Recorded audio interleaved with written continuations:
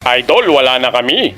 Yan na nga ang sinasabi ko sa iyo, puro ka kasi pag-ibig. Lahat na yata ng payo nasabi ko na pero hindi ka rin nakinig. Ngayon, ito na yung payo na dapat sundin mo. Mag-ML ka na lang, alam mo kung bakit? Halika rito, ipapaliwanag ko sa'yo. Sa ML, kapag nag-pick ka ng hero kung wala namang ibang gagamit, siguradong makukuha mo yan. Pero kapag yung tao pinili mo, napakahirap makuha kahit hindi naman nakaban. Yang jowa mo, kapag araw-araw kayong magkasama, siguradong magsasawa yan sa'yo. Ang ML, hindi magsasawa sa'yo kahit magdamag maghapon ka pang maglaro. Kayo naman girls, binibigyan ba kayo ng mga jowa nyo ng flowers saka ng Toblerone? Hay! Sa ML, kahit talo ka, bibigyan ka ng chocolate ni Moonton. Yang jowa mo, lagi na lang galit sa'yo, ang bilis maubos ng pasensya. Nako sa ML, magbuo ka ng enchanted talisman, hindi ka mauubusan ng mana. Yang jowa mo, kapag may ibang lakad, hindi nagte-text, hindi nagchat-chat, hindi siya nagpapaalam sa'yo. Si Moonton, kapag may binabago sa laro, laging nag-update sa'yo. Kaya naman, mag-ML ka na lang, yan ang mapapayo ko sa'yo. Habulin mo na lang yung star, kaysa habulin yung maling tao. Kapag may jowa ka, bata ka mag-overthink, lalong manghihina ka. Sa ML, magbata ka sa rank game, siguradong lalakas ka. Okay lang sa ML kahit paglaruan mo siya ng paglaruan. Kapag pinaglaruan mo si ML, hindi ka niya paglalaruan. Pero kapag feelings ng jowa mo ang iyong pinaglaruan, baka paglaruan ka din niya tapos sa huli, ikaw pa yung masasaktan. Sa ML, napakaraming hero na pwede mong pagpilian. Yung jowa mo na hindi nagbabago ng ugali, yan lang ang pwede mong pagtyagaan. Yung jowa mo, habang tumatagal, manlalamig na sa'yo. Sa ML, habang tumatagal, mag-iinit ka talaga, pati baterya ng cellphone mo. Kapag nag-aaway kayo ng jowa mo kung ano-anong matututunan mong masasakit na salita. Sa ML, kapag may masasakit na salita, minumute niya kaagad, hindi niya hayaang makita mo pa.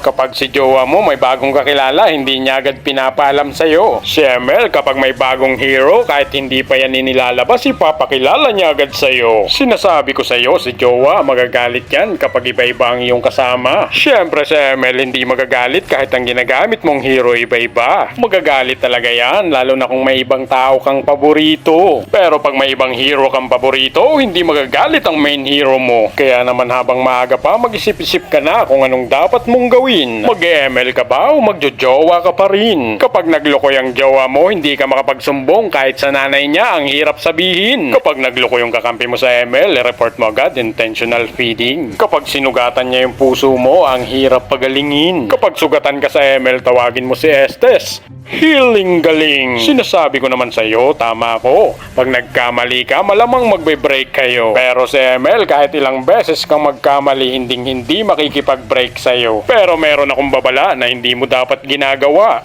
Kapag nag-cheat ka sa kanya, tapos nag-cheat ka rin sa ML, aba, wala na akong magagawa. Diba? Napakasakit isipin, kailangan mo siya pero hindi ka na mahalaga sa kanya. Pero ang ML, hindi siya mahalaga pero kailangan mo siya. Victory, baby!